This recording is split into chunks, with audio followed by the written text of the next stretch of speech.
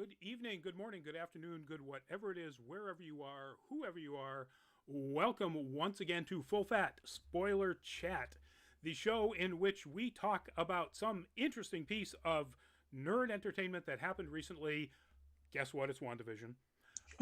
And we spoil it. So if you have not seen all of WandaVision, um, I would suggest that you find another YouTube or Twitch or Facebook Live piece of entertainment to watch, unless you don't mind spoilers, because we will be spoiling everything right up to the very, very, very, very end.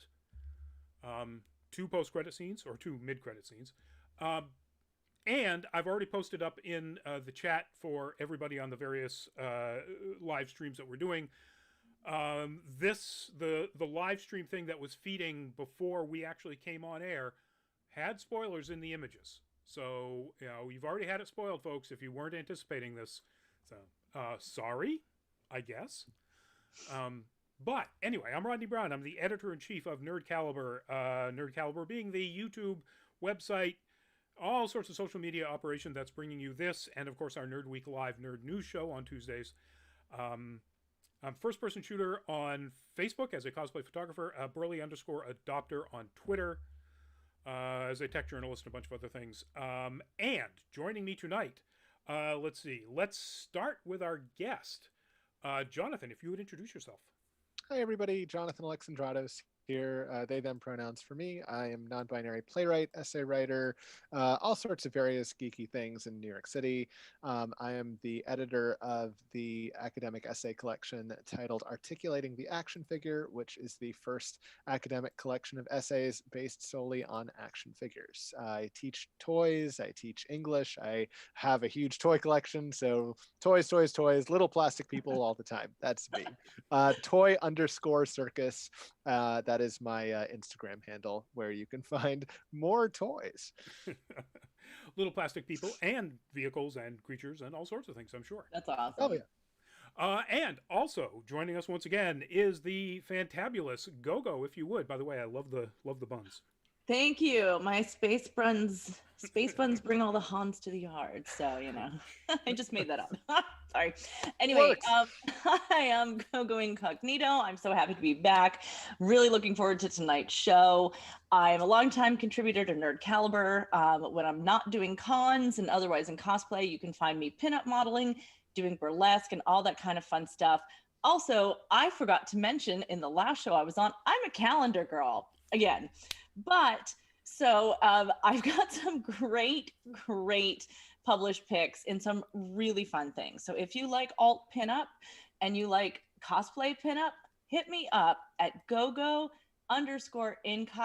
on Instagram. It'll give you a great deal on some magazines signed. Ooh, nice. I like it. And joining us already in the chats, let's see, Vertus Williams, welcome to the show. Vera Redeveld, welcome to the show. Luminous, welcome back. Luminous, so the rabbit was Mephisto. Wrong, I think. It's hard to say. But I believe that is not correct. But good joke.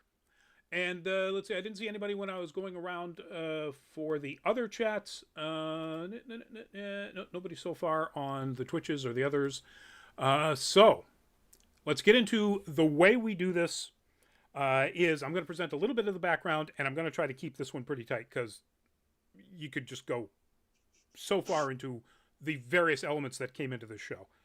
And then we start talking about, we go round robin talking about the things we liked, the things we didn't like, what worked for the show or for us personally, and what didn't work. We'll then get into theme, tone, message, some of the larger things about the show itself. And then, because of the nature of this show, we'll do some wild speculating. It is the first thing in the new phase of the MCU because of the pandemic. It wound up jumping ahead of, I believe, 3 other properties, 2 movies, and I think Falcon and Winter Soldier was supposed to be first. I believe so. Yeah. So, it just is going to lead to so much speculation about what this takes into the rest of the MCU. So we'll be talking a little bit about that. ask questions, folks. Feel free to jump in with any sort of questions that you have, commentary, whatever. We love to have interaction with our people watching us in the chats. So please fire away with any questions.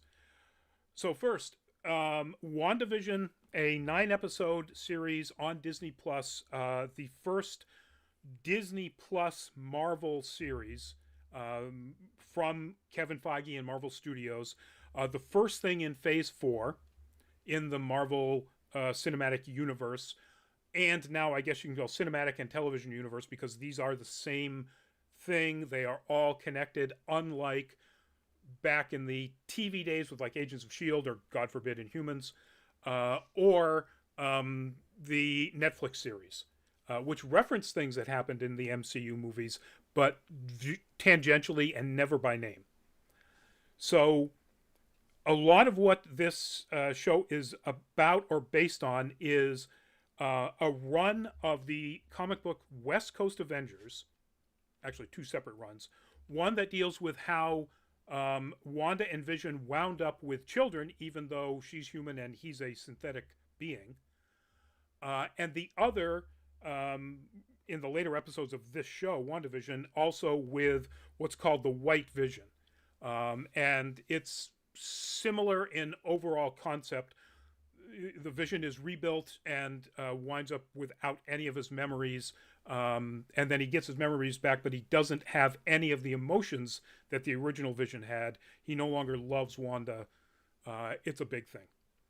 That was West Coast Avengers, one of the more, well, it's not the really weirdest Avengers spinoff. That was Great Lakes Avengers. But it allowed the writers to play around with a lot of really wild stories, and these were a couple of them.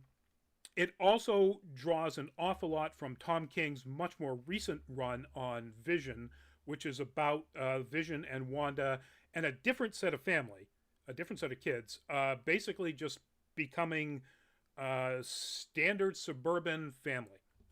You know, it's Modern Family, except everybody in Vision's family is a synthezoid, including the kids. And that did some really interesting things with the story. It's really not canon. But, and then, actually, I'm not really sure when, I think it's in Avengers. Maybe it's New Avengers, where they first introduced Wiccan and Speed, which are the young adult versions of Billy and Tommy. So lots of influences, and that's not even getting into any of the, you know, her comic origin with, you know, Magneto or Wundagore Mountain or both or any of that other stuff. If you're interested, go look some of this stuff up. Bob Chipman's Movie Bob YouTube channel, just do a search under WandaVision, and some of his first, when they first announced it, some of his first videos go really in depth into explaining just how insane this background is. So that's where this comes from. And then, of course, filtered through the Kevin Feige, you know, overarching Marvel control and interactivity filter. And in an interview with Jack Schaefer, who was the creator and showrunner of the show, she made it very clear that Kevin Feige is the one that pulls all the interconnection strings. Now, he knows what's going on, and he tells people, yeah, we've got to reference this, or, you know, this has to happen in this so it can lead into that. I don't know how he does it. I'm guessing like a really massive Excel spreadsheet, but I don't know. Anyway, so that's where this all comes from. And then we wind up with WandaVision. The general structure of the show is that, or at least for the first few episodes, is that it is exactly replicating American situation comedies starting from the 1950s up into the 1990s / early 2000s. And that's a conceit that I think works really well. And I just realized my mic is really hot, so I'm going to bring it back down here. But that gets into, you know, some things you might have liked, what worked, what didn't. And so we're going to start with Jonathan and do a round robin about that. So, the first question of the night, Jonathan, what did you like about this? What didn't you like about it? What didn't work? What did work? And so on. Yeah. So I think I come to a lot of the properties we discuss is just like, I loved it. It was great. And I loved it. It was great. So I'm just gonna put that as a tag right under your picture every time now. Just you totally should. I loved Like, it. yeah. Right. Yeah, I mean, it could go for anything. I mean, pull up any, But yeah, no, I was a huge fan of comics that involved the Vision as a kid. Scarlet Witch, I kind of came to later, even though, of course, they were interconnected then too. Uh, a friend of mine, Anna Papard, wrote a great article called "Behold the Vision's Penis," which is about growing up with a crush on the Vision. And I was like, yeah, I actually kind of get that and am totally with that. And the great thing about being pansexual is now you can have crushes on both of them, and by both of them, I mean the Vision and Monica Rambeau. So this was a great series for all of that. And but getting serious about it, like there were a number of things about it and what it said about grief and what it said about also becoming an American, a la, watching these sitcoms and kind of learning English that way, which is exactly, by the way, what my grandmother did in order to learn English, that I deeply Cool. found myself really connecting to. And I think that, and I've seen a lot of criticism, positive criticism in this way, where people are saying things that are more like, I had a really personal connection to this show. And of course, like nobody has ever gone through this. Nobody has built a fake, town in New Jersey and lived in it. That we know of. That we know of. Right. Exactly. Yeah. New Jersey's a I don't fun. know. My great grandmother might, but that's a whole other show. Well, I'm watching then, because that sounds awesome. And it was in New Jersey. Anyway. Yeah, I mean, it's sort of like, as far as fake constructions of New Jersey, Yeah. Bruce Springsteen is about as close as we've come yet. And then you have this taking it one step further, although I love Bruce Springsteen. But yeah, that's what impressed me the most, is that people were making these really deep personal connections to the show. Whereas I feel like other Marvel properties, the things people comment on are how it impacts the Marvel universe. It felt like this was much more a deeply personal meditation on emotions and grief. And I loved that. I think that as far as things that I felt didn't work so well, I don't know. I think that, with those first couple of episodes, I was definitely in the crowd that was like, ooh, give me more of that. Like, give me more of just them hanging out in the 50s, like, universe sitcom. Like, sitcom actually seemed pretty good. Like, I was ready to, like, watch and enjoy it. So obviously, like, that's probably not something that's everybody's taste, but it was definitely my taste. I was very interested in that world, but I also get why we had to kind of move past that to get to the inevitable end of the show. So I wouldn't say that that's something that didn't work. I would just say that that's something that I craved more of those different universes and those different sitcoms as they move through the decades. But yeah, I mean, overall, I was completely with that show, and I look forward to diving into more details as we converse more. Cool. Go. Same questions. Likes, dislikes, worked, didn't work. Okay. Echoing what some of Jonathan said, I really enjoyed the sitcom premise. People, and there were a lot of people that I came across and who were showing a lot of articles that were saying, this is dumb, this is stupid, it's not engaging. Or people saying, I finally started it. When does it get good? It gets good right away. Right away. It gets good. I also loved it. I loved the through the years sitcom premise. I loved when it came out that this is part of Wanda's psyche and her comfort place, because this is how she this is what her family did way back when, and she had her favorites. And I love that they really went with this and consulted Dick Van Dyke and did the like camera setups and the sets like they had been, and like laugh track stuff. It was well done. And it showed, like, the people who haven't watched old sitcoms on like Nick at Night or wherever you can find them, it shows, because it was a wonderful homage to that. I really also really enjoyed the show as it being a journey through grief and what grief leads people to do when they can't face that grief or they can't move through it. I'm not saying move past it. Grief is something that can take a very long time. And but what we saw was an absolute coping mechanism on the scale of whom will be one of the, if not the strongest Avenger or Marvel people, etc. I loved it being a femme-focused show. Of course, Vision was there, and Paul Bettany, I will watch him do anything. Agreed. I will watch him do anything. So I absolutely love that. I love that it gave me a deeper knowledge or just understanding of the Vision as well, because we really didn't get a lot of time with him previously in the MCU. And for me, he was mostly a new character. I didn't spend a lot of time in comics with the Vision prior, so I really enjoyed that. I also liked that, and I'm looking forward to talking more about this if it comes up. I also liked that all of these theories went around and everybody knew what was going to happen, and then it didn't happen. And I think that's actually very clever. And sure, some people are really angry because, no, Mephisto was not the bunny. Unless there was, and that's coming next season if there's a next season. But so many people being like, but that was a waste of Evan Peters. No, it wasn't. They just gotcha. That's all. It was great to see him. I, of course, was disappointed that he wouldn't be continuing likely as Quicksilver, because I really enjoy his Quicksilver. But we never know. We don't know what's going to happen next. And I think that's fine. And that upset a lot of people. And it's like, no, my theories didn't come true. And I'm like, this is so exciting. I don't know what's going to happen, and I'm into it.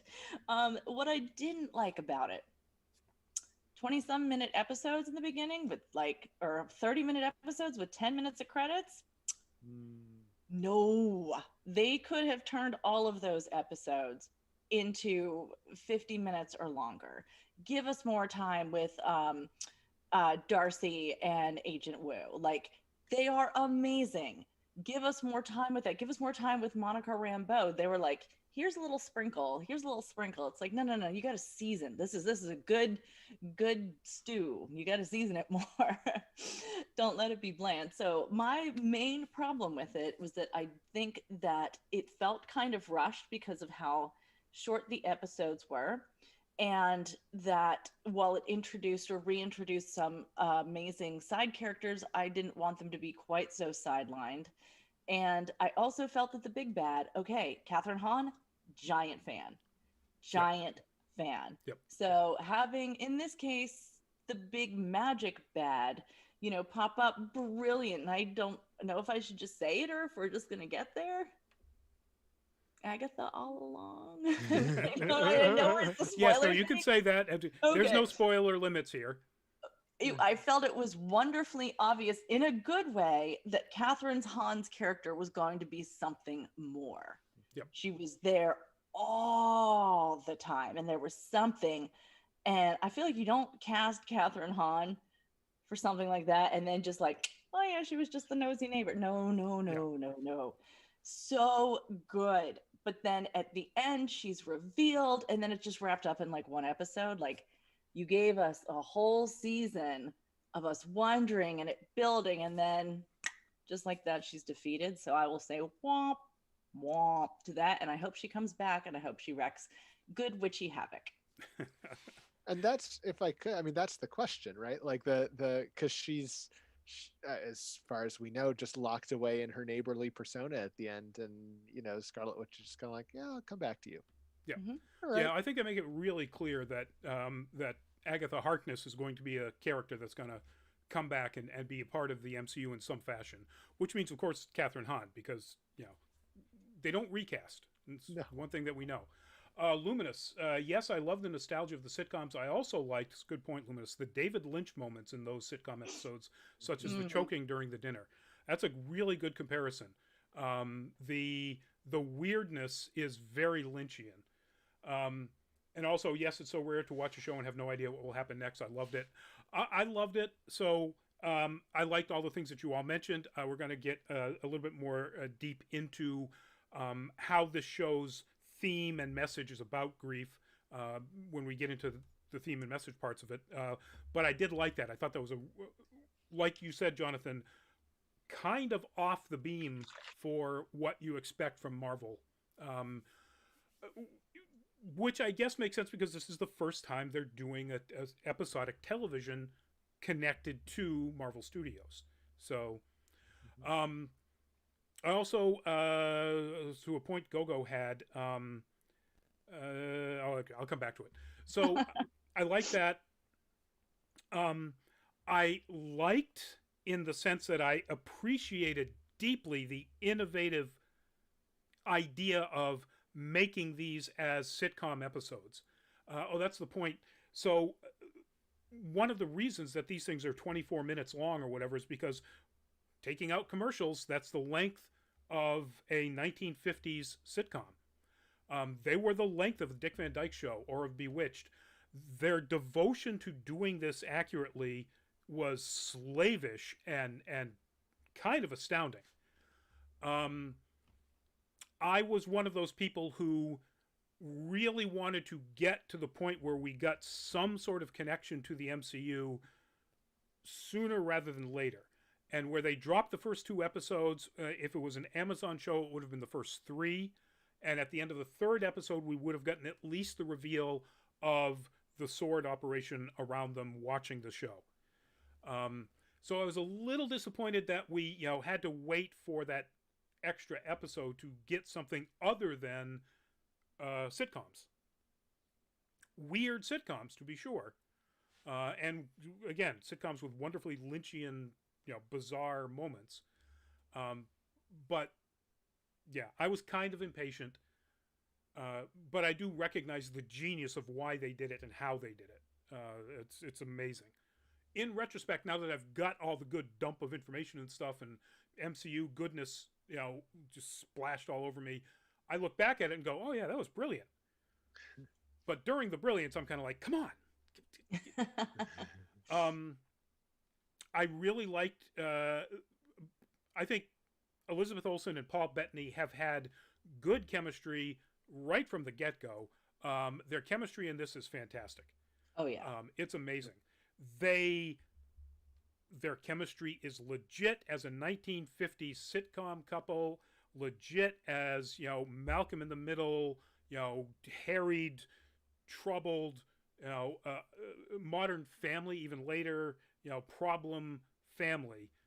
And all the time they're, they are 100% believable that they are completely in love. They are both fantastic. And I think that's great because I know Bettany is that good of an actor. I haven't seen a lot of other stuff that Elizabeth Olsen has been in, but her work as Wanda in the MCU, other than a bit of showing grief for the loss of her brother in Age of Ultron, has been pretty much just as a, let's have this support character who can lift up cars and slam them into Iron Man. Or accidentally blow up lots of people in Lagos. So it's nice to see her have a lot more chops, a lot more stuff to work with. What I didn't like, other than my initial, give me more stuff early, is very little, and it's kind of nitpicky, but there's 2 things that kind of bothered me. One is the clear reliance on trolling the audience. Now, I don't mind that none of my theories came true. I'm actually kind of looking forward to how they do bring the mutants in, or the Fantastic Four, or any of the other stuff. But the only reason to cast Evan Peters is to troll the audience, and they did. They trolled us hard. I've seen one commentator who said that it made sense from an actual casting and production standpoint, because since we know that Evan Peters is a Quicksilver, it makes it easier for us to buy that Wanda buys that it's Quicksilver when somebody other than Aaron Taylor Johnson opens that door. Okay, I get that, but I don't think I would have a hard time. To remember, she's creating this reality and creating completely new identities for all of these people in Westview, all out of her own head anyway. So if somebody walked up and they looked like, I don't know, Zac Efron or whoever they might have cast, and it's like, oh, they recast Pietro. Darcy had said that, Dr. Darcy Lewis. Give her credit. Mm-hmm. I would have just gone, okay, it's an interesting casting. Weird. Where is this going to go? Putting Evan Peters started me, but everybody with the wheels going, ooh, X-Men? What's going on here? And it was a troll. It was 100% a troll. They did the same thing. I get thinking about this even more with Monica's line about the aerospace engineer friend. So we don't know whether Major Goodner is an aerospace engineer. She never identifies herself as such. Monica never refers to her directly as that. And Major Goodner said she got that space rover thing from Sword. Not that she built it at Sword or designed it at Sword. She got it from Sword. So knowing that was the character that she was eventually going to meet, why didn't she just say, I have a friend in the military? Or I have a friend? The aerospace engineer was another troll line to get us thinking about Reed Richards. And that bothers me that the writers, I love Easter eggs that are actually Easter eggs. I really don't like being trolled. So that was, my one, sort of big problem with the whole thing. You're right about the pacing. It rushed things at the end. I absolutely loved the fight and the ultimate resolution of the fight between the two Visions. I thought that was fantastic. It was in character. It's exactly what the Vision would have done, but they both look badass while they're doing the fight. I thought the fight between Agatha and Wanda, while spectacular, was kind of, a lot of Dragon Ball Z. So, and it makes me wonder whether there is actually a difference in how magic works between witches who wield magic and sorcerers who wield magic. Because in Doctor Strange, they had really innovative, fascinating magical combat systems. And in WandaVision, it's two people with lasers. I was disappointed in that, actually, very much. Yeah, again, it was spectacular, and I thought the rune idea was pretty creative. I'm sitting there, sometimes she misses and you can see it hitting the wall of the hex behind Agatha, and other times it's pretty clear she's not even aiming at Agatha. And I'm thinking, why is she blasting the hex? What's going on? And then the big reveal, I was like, oh, all right. A show in which a character learns something and uses it. Oh my God, that's so rare. Indy Rose Pearson, welcome to the show. Luminous, the Ship of Theseus discussion was wonderful. That is absolutely true. Indy Rose, we're spoiling the heck out of WandaVision. So if that's not what you want to hear, I suggest you go elsewhere. But if you do, if you've seen it or you don't mind spoilers, hang in and ask us all sorts of questions. I don't know if you're done, Rodney. When you are, I have one thing to add. Oh, add it now, because I'm almost done. I just thought of something. As someone who loves witchy stuff, who is a very, very low-key practitioner, I also love Loki, but that's another conversation. The Darcy named it the Hex because of the hexagonals. That's not a word. Yes, it is. Hexagonals, yeah. Thank you. Oh my gosh, when you have a blank. Also, hex is an old-timey word for spell or bad spell. Yep. And so I think that's very clever when you have witches. I was just like, oh yeah, the whole entire thing is called a hex. And I actually did think about that early. I was like, oh, people inside are hexed. And then I forgot all about it until we talked about it right this second. So even more connecting all of these things together, even though she is a mutant, primarily, although again, it's comics, Wanda's background is weird. She does, in fact, have Darkhold magic, from Chthon, the thing that wrote the Darkhold. She's always been called the Scarlet Witch because her mutant ability has been called a hex power, because it alters probability of things that might go wrong to her or her teammates in her favor. So if somebody's attacking her, as long as her spells are active or her mutant power is active, they'll miss. Or they'll miss the teammate, or, that's how her powers were initially defined, as hex powers. So even that is a deeper cut than witchcraft. It all ties together. So yeah, it's the fact that they called it the hex, that it was hexagonal shape, even all the theories that so far, so much of the super advanced technology in the MCU occurs within hexagonal structures. It's all over the Kree. It's, all over Xandar. It's the way they jump from jump point to jump point. They're hexagons when they come out. I 100% guarantee none of that was written back, in the Guardians of the Galaxies or whatever. And yet they went, ooh, hey, these are all hexagons, and Wanda's stuff is called Hex. Let's use it. Yeah. And now we all think that they've been planning this for, 12 years. And it adds to that difference between this and Doctor Strange's circular, Well, that's true. And maybe there really is some sort of difference there. I've heard Strange's type of magic, and they may have said this in the actual movie, is an eldritch magic. And hers is a chaos magic.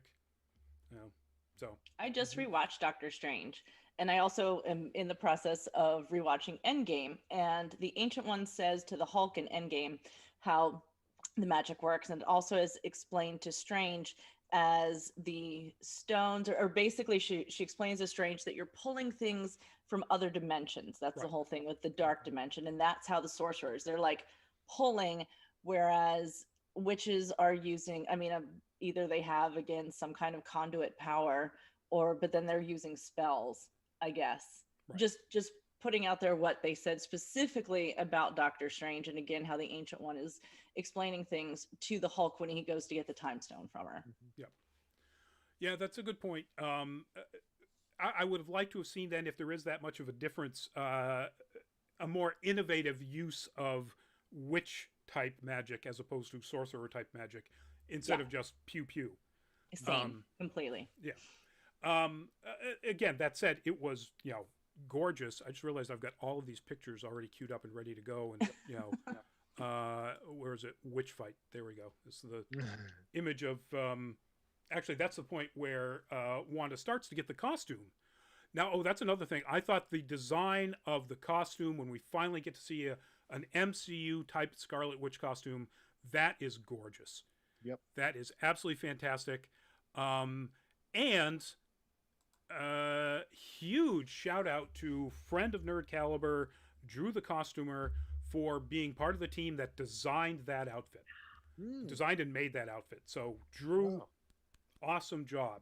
Yeah. Nice work. Did Bo-Katan Kryze's armor for the Mandalorian as well. So yeah, yay, go Drew. It's a great resume. Oh yeah. Oh, I don't know any of the other people on the team that he works with now, but because they're all in California, and that's where he moved to. But his stuff as a cosplayer is just otherworldly. So good. Have to be, yeah. Pretty unbeatable. If you're going up against someone who designs it professionally for the shows, I would bow out of the cosplay contest there. So kudos. So I love that. I thought that was really good. I'm gonna save any of the other criticisms because I think they tie more into speculation and theme. So I think it's time to move into that. So again, we'll start with Jonathan. You've already sort of mentioned grief as a theme, but what are the themes in your mind? The messages, the tone of the series. I'm not sure you can do that because it's literally tonally different every single episode. But anyway, and did it work for you? How did it work? How well did they pull that off? Well, I think to preface that conversation with just saying, I am surely watching it through the lens of myself, so I cannot help but probably pick up on things that that impact me personally here. However, that being said, yeah, thematically, grief for sure. The process of basically showing that that's the big bad, right? I mean, and I think that that's kind of why, honestly, with the Agatha fight stuff, I was just like, that's not even really the villain of the thing. Like, and even in the comics, Agatha Harkness is not the villain. She's more of a like kind of a strict mentor or something to Scarlet Witch. That seems to Yeah. be more the role she Yeah. takes there. So there's that. But I think, beyond that, there is the theme of assimilation. I think in terms of figuring out what it means to be a normal family, right? So your examples of normal are TV, and I think that that's an incredibly relatable thing. How many of us can say that we've modeled pieces of ourselves on the pop culture that we have absorbed? And I think that showing Scarlet Witch do that is incredibly relatable, incredibly human, and also a flaw. I mean, I think that sometimes we do that to an extent where we're not asking the questions, who am I? We're just sort of saying, oh, this is what Captain Picard would do, to just use Star Trek as an example, so I'm going to do that. Well, is that what Jonathan would do? I don't know. You're kind of dodging that question and filling in something that you perceive as either normal or perhaps an idol or something like that. So I liked that. I liked the way it depicted that. There were some really great moments in the first episode, though this doesn't really, I think, continue through the rest of the series, where me being under the queer umbrella am interested in sort of these moments where Vision is kind of asking these questions of like, well, who or what am I as a synthezoid? And so you get these kind of wonderful little sort of gender bendy moments, which I'm kind of interested in there. But again, I mean, this is really like first episode, second episode stuff. It's not a major theme in the show, I don't think. Although if anyone wants to read it that way, I'm down. So I'm gonna. I think it is particularly with Vision, and it really is hammered home in the ship of Theseus idea at the end. Oh, it's a good If point. you reassemble something from completely different parts, is it the same thing? Mm-hmm. Or if you renovate all of the original parts that have now been replaced and rebuild something that is exactly the same, is that the same thing? As identity goes, you can't get much more blunt a statement than that. Yeah. So I think, particularly for Vision, I think that's a huge part of the message of and the theme of the show overall. Sorry. No, I think that's an excellent reading. Yeah, and I'm down with that 100%. So yeah, I guess as far as themes are concerned, well, I would just say grief, assimilation, family falling under that, and sort of this sort of hint of kind of queerness, or sort of what is humanity, a la the Vision, that kind of thing. And I think that they explored those in incredibly moving ways. I mean, I found myself in tears in a number of spots because of that. So yeah. Agreed. Go go. I don't want to say I don't want to say the exact same thing. So thinking also of while the Vision was questioning like, who am I? What am I doing here? I the little bits where he's at his job, that again and he'd say, what company is this? What do we actually do here? Again and again, I thought that was again also kind of maybe a take on just the drudgery of 9 to 5 work, and sticking a being such as the Vision into that kind of drudgery, and him just questioning everything. But you could even say it looks at the suppression of just the average worker in America, and how they have their true self, or what they want, is potentially really suppressed by just punching in a card, and then crunching some numbers, etc. And Or being mentally controlled by a grieving, insanely powerful witch. that too, exactly. That you really don't. I think one of the themes was looking at free will. Yep. And what happens in the loss of free will. And I thought it was one of the things that really creeped me out was when, it was like, don't go to the edge of town, don't go beyond this street. And, you kind of get out there and it's very desolate. There's nobody there. And during the Halloween episode where people are trying to like put up a ghost, hang it in the tree, and and the looks on their faces and like tears are running. And that was a good moment of horror. That was good horror. Little bit of a ripoff of Get Out, but I would not be surprised if that was also a bit of an homage. I would hope so, because it's a better way than doing. Yeah. Let's call it an homage, not a ripoff. Hopefully, and even although I don't think we saw it, if we did, I missed it. That there was a shriveled up child on the edge of town, that they say there's a kid over there that's all shriveled up. And I'm like, whoa. And I think that showed, again, looking at grief, at how damaging it can be to the person who's grieving, as well as the people who support the person who's grieving. And that it's just, big stuff. Before I get into my stuff, Elaine or Grace, welcome to the show. I don't know what this is. Grace says, do you guys know about Enneagrams? She says, I think Wanda is a 4-wing 3 and Vision is a 6-wing 5. I have no idea what that is. I'm sorry. And she said, if you don't know what it is, no worries. But then also, I don't know if you've ever actually worked together, but Grace Garbage is one of our longtime interviewers. And Grace says, go, I didn't recognize you without a wig. Hi! I got hair. Exactly. Anyway, so listen, with the wonderful Nerd Caliber connection there, very cool. I am also not going to repeat everything because, again, I think all of your points are accurate. I think it is primarily about grief. I think I would put family ahead of assimilation, but also about assimilation. So what I will say is one of the things that I think this is the Marvel way of telling the same kind of story as we have seen in The Boys and that we're going to see in Invincible and so on. So what happens if you have a person with literal world-altering abilities who is going through the kind of terrible grief that non-superpowered humans go through? Where is their moral compass, particularly if that person has grown up in war, been tortured, experimented on? Where is their moral compass?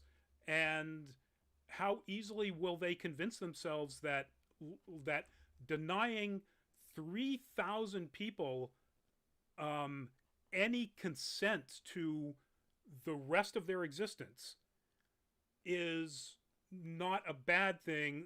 She's actually, helping them, or they're okay. And it's only until the very end where they all are released and said, no, it's not okay. We're living your nightmares. That she realizes that it was a mistake. But that's the kind of morality question that gets explored in brutal and horrible ways in shows like The Boys and so on. But the MCU is never going to go down that particular path, but it's making those points.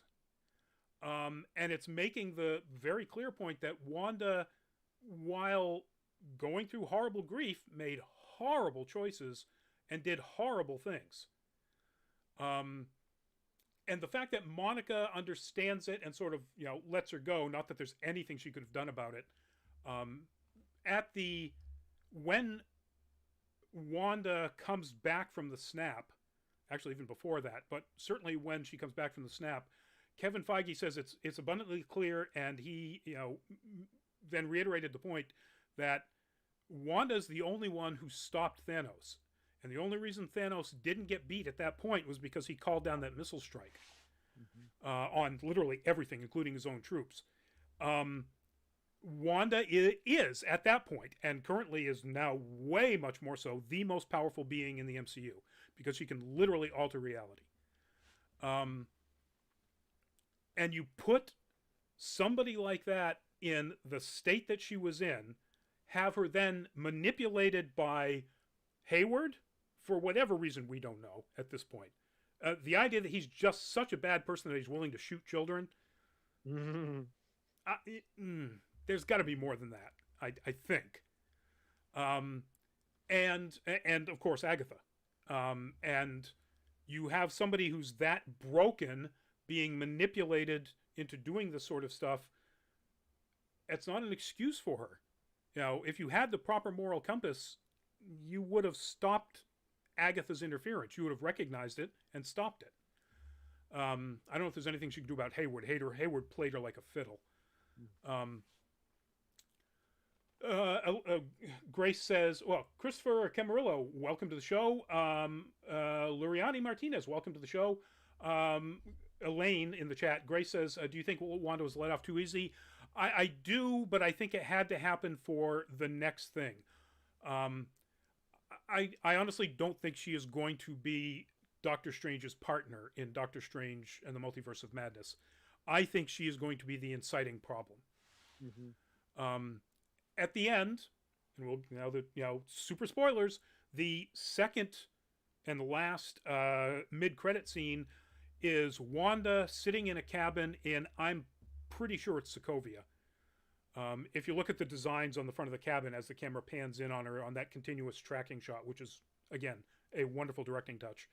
The wood shape, the cutout shapes, and the yellow sort of slightly floral designs on the wooden shutters are 100% Eastern European Slavic. So it would be absolutely in fine in Belarus or Ukraine or Poland or wherever, or Sokovia, wherever Sokovia is supposed to be. So I think she's hiding out in her home country, up in the mountains of Sokovia. And at the end, we see that an astral version of herself, or maybe the real self, and the one getting tea is the astral version or whatever, is sitting, floating in the air, reading the Darkhold. The Book of Magic's so evil that Agatha's mom was willing to kill her back in 1692 or whatever it was, 1693. So, yeah, I don't think she's going to be, Doctor Strange's, sidekick. Yeah, Watson to his Holmes. I don't think it's going to play out that way. So we could watch that movie with the same actor.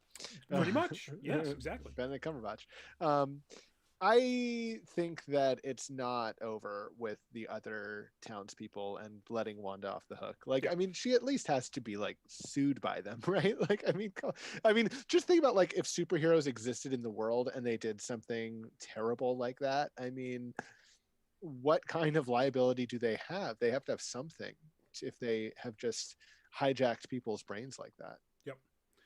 Yeah, a lot of people have made a point that, and in fact, I think Jimmy says it in the show, that Hayward violated the Sokovia Accords by building a super weapon. Wanda violated the Sokovia Accords. More so than Hayward did. I mean, Hayward was a lot more evil, but shooting children isn't a violation of the Sokovia Accords particularly. It's just a violation of, everything. But she used powers without authorization in a way that damaged at least 3,000 people. Yeah. So yeah, I think it's going to be very tough for her to just sit in a mountain and get away with it. Except she's Wanda, and who knows what she can do to get away with it. But that's another thing about her character. Is she going to use her powers to get away with it? Because that's a moral choice too. I don't love the idea. I'm sorry. Did I go ahead? No, go ahead. Okay, I don't love the idea, if that is in fact what happens, of having yet another long sufferer of trauma, long sufferer of trauma being then turned into a villain because they, you know, haven't been able to come through with that, or their entire life, basically, except for a few happy years and a few stolen moments here and there, has been grief and survival and manipulation. And again, I do not blame Wanda for not having a moral compass, because she's only, when she was being raised by her parents, did she really have the chance to have one. And she was a child then. Yep. She was an absolute child. So then to turn her into a villain, I think that also kind of plays with the really bad trope of mental illness makes people bad. It's true that's a bad trope, but you got to remember she started out in the MCU as a villain. I know. You know, she was the tool of Hydra along with her brother until Hawkeye basically talked her out of it. And while I don't think that she's going to wind up being the villain that dies, although that would certainly set up, you know, a redemption arc. I hate redemption arcs in which the only redemption choice is death. Yeah. But it would certainly set it up. It would certainly make the next stage of the new Avengers, which, or you know, the Young Avengers, which is kind of coming, and we'll get to that in our next segment. It would give Billy and Tommy an awful lot of motivational background to work with. That's a horrible thing to do. Like, motivational background shouldn't be from grief, and like let's it's been done so many times. It has been done, but so that is part of the human condition, and to be able to say you can't ever use that means that you are completely eliminating one of the most important aspects of the human condition, and that's dealing with grief. I meant specifically death. I don't mean grief at all. I meant specifically that, you know, that somebody dying being the motivation. Like, there's other things. Oh, true. No, I agree with that. I'm just saying that would be part of Billy and Tommy's whole backstory. Mm-hmm. But I would rather see it not be that, because the interaction between Wiccan and his mom in particular, I mean, Speed as well, but particularly Wiccan, because he shares her powers more than anything else, in the comics is wonderful. And I would hate to see that completely not be something that gets explored down the road. But, you know, contracts are up and people, you know, want to move on and blah, blah, blah. But again, you know, chances are Chris Evans is going to show up as Captain America again at some point, you know, even just a cameo or two, because money talks. And he doesn't have to lead, you know, a bunch of movies anymore. And I bet Elizabeth Olsen would do exactly the same thing. Grace, if anyone went through what Wanda went through, I don't blame them for doing this. And Luminous, even if Wanda turns bad, redemption is very common in the Marvel comic books. That is true. And not true, unfortunately, in the villains in the MCU movies. Villains die and stay dead in the MCU movies. And that's a shame. You know, Killmonger was the best villain the MCU ever made. And it would be wonderful to see him continue to be a foil for whatever happens in Wakanda going forward in a Black Panther universe. But he's dead. So, but Loki keeps getting kind of these second chances. Well, it's a multiverse that's clear. There are different timelines, and people can be sucked in from any of the timelines. Loki being the current perfect example, or Gamora being the perfect example. Anyway, so let's move into where do we think things are going from here? You know, the things we know. Wanda is going to be in Doctor Strange in the Multiverse of Madness. Monica is going to be in Captain Marvel 2. And I think that's all that we know. We don't know what White Vision, or Vision, as he calls himself now, I Am Vision, is going to be, if he's anything. I'm sure if he flies off, they're going to use him somehow. We no idea about Darcy, Dr. Darcy Lewis, or Jimmy Woo, or any of the other people that were part of this. So, idle speculation, Jonathan. What do you think Wanda's role is going to be in Doctor Strange? Where do you think the boys are going to wind up? What's going to happen to the important people in the show?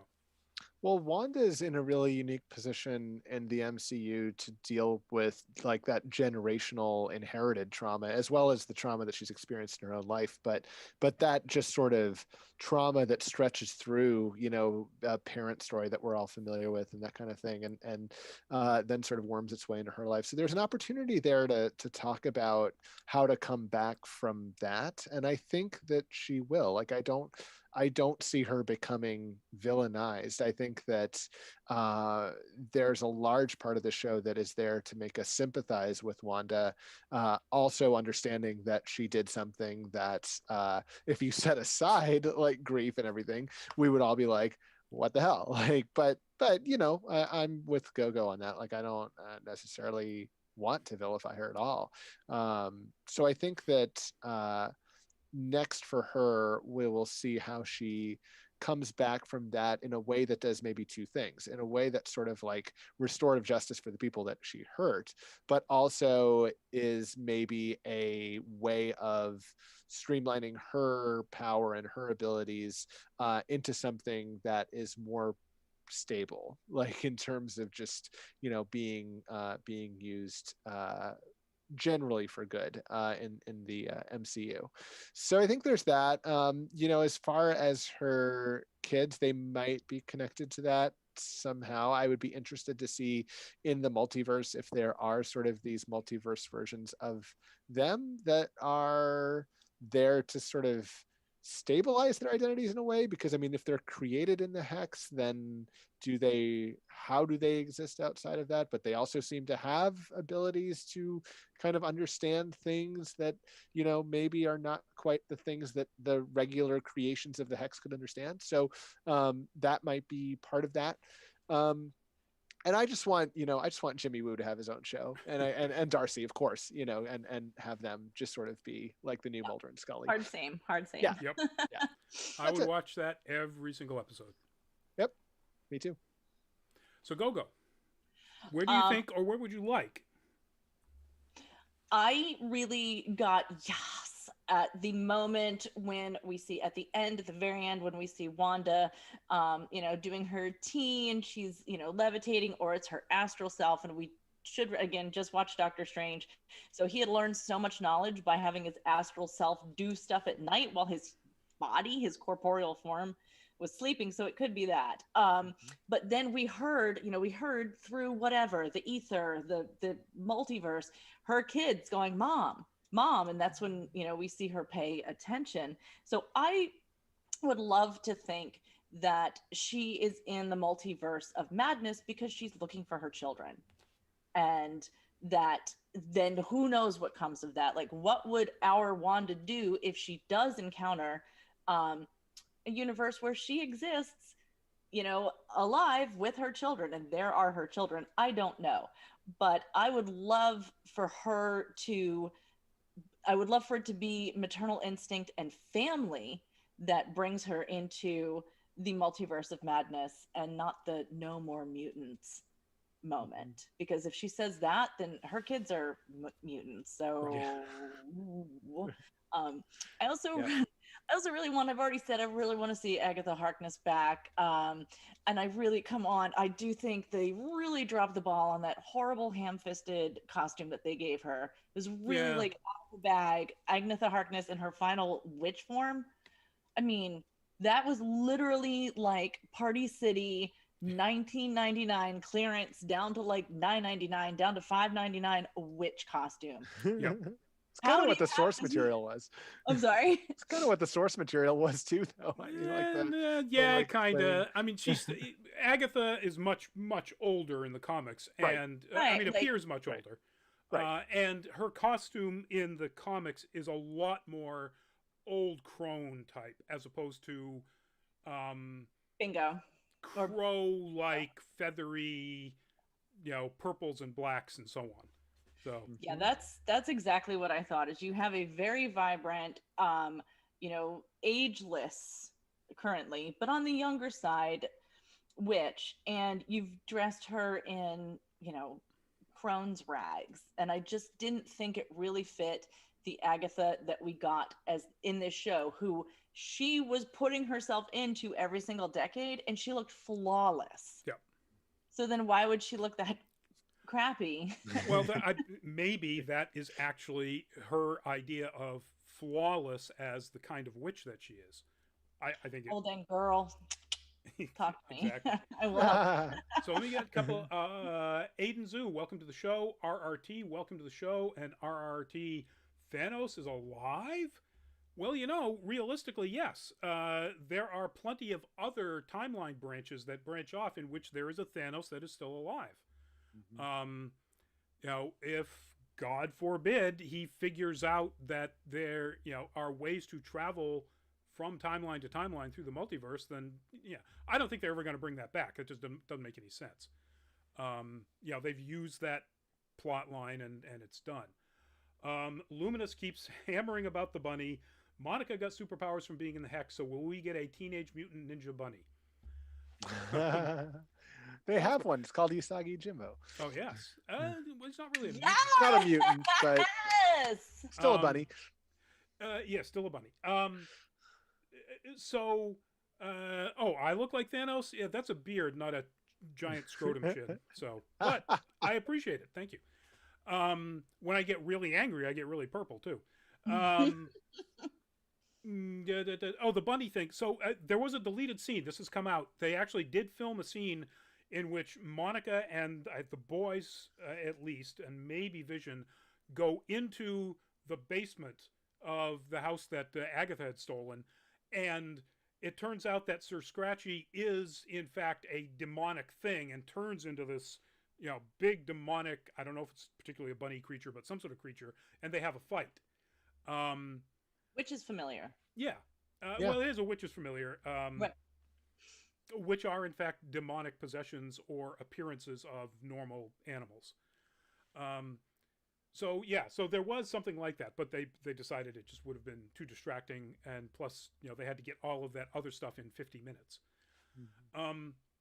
So I think that I agree 100% Gogo that the Multiverse of Madness is going to be Wanda going after the boys. They set that up with that very, very tiny last minute, the sound of the boys.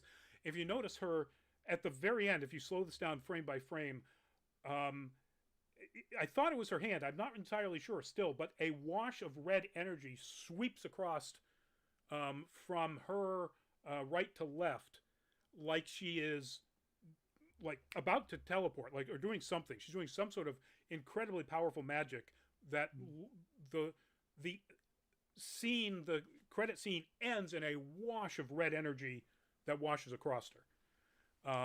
So she does something incredibly powerful right at that very end.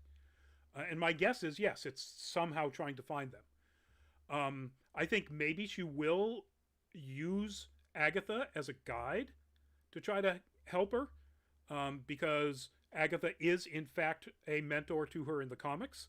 And again, they're not going to create that character and keep her alive without using her going forward.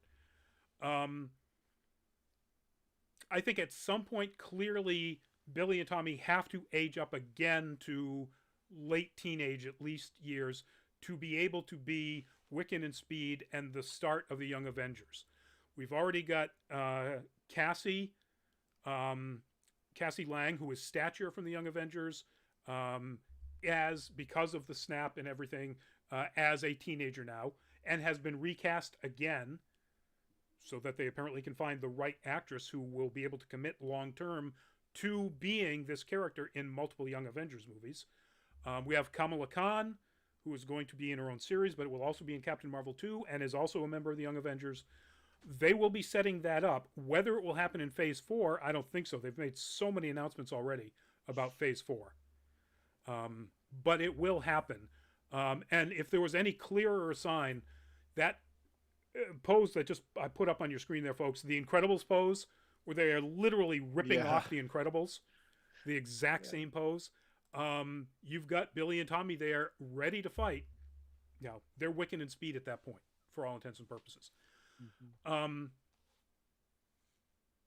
Monica, I think, is going to be a big part of whatever Avengers, if there's going to be a separate Avengers aside from the Young Avengers. And it could very well be Wanda, White Vision, Monica Rambeau, Captain Marvel, etc. Shang-Chi, and some of the other people that they're introducing. Now, completely wild speculation. I'm not sure how the magic is going to fit into the other stuff. The Eternals are about the Celestials. The Celestials created the Eternals and the deviants that were sort of pre-mutants. Whether they're going to try to tie all of that together, my guess is with Shang-Chi and the Mandarin being the enemy, instead of, I believe the real Mandarin's rings, the 10 rings, which is the terrorist organization all the way back in Iron Man 1, will in fact be alien like they are in the comic book, but I think they'll probably be something from the Celestials, which will give him some sort of power, also tying in with the Eternals and that movie.